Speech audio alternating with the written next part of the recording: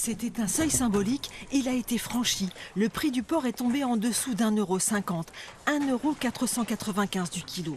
Depuis juillet, les cours dégringolent. Ce matin, Étienne Brisset a vendu 80 cochons et perdu 17 € par bête, 1360 € en tout. C'est la ménagère, quand elle voit du jambon espagnol à 10 € le kilo et que le nôtre est à 15 €, elle prête son portefeuille, c'est ça le souci, quoi.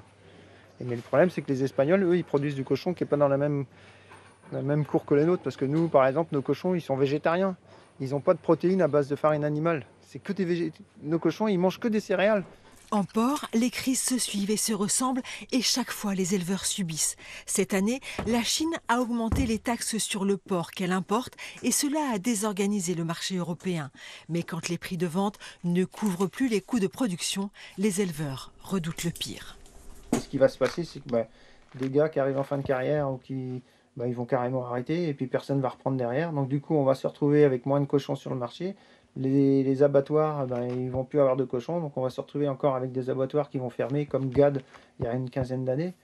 Et on va se retrouver encore dans une situation où il va y avoir des emplois qui auront disparu, quoi.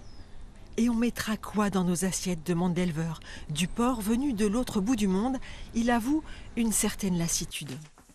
J'en ai ras-le-bol, il est temps que ça se termine. 12e crise en 40 ans de carrière pratiquement, c'est de la folie.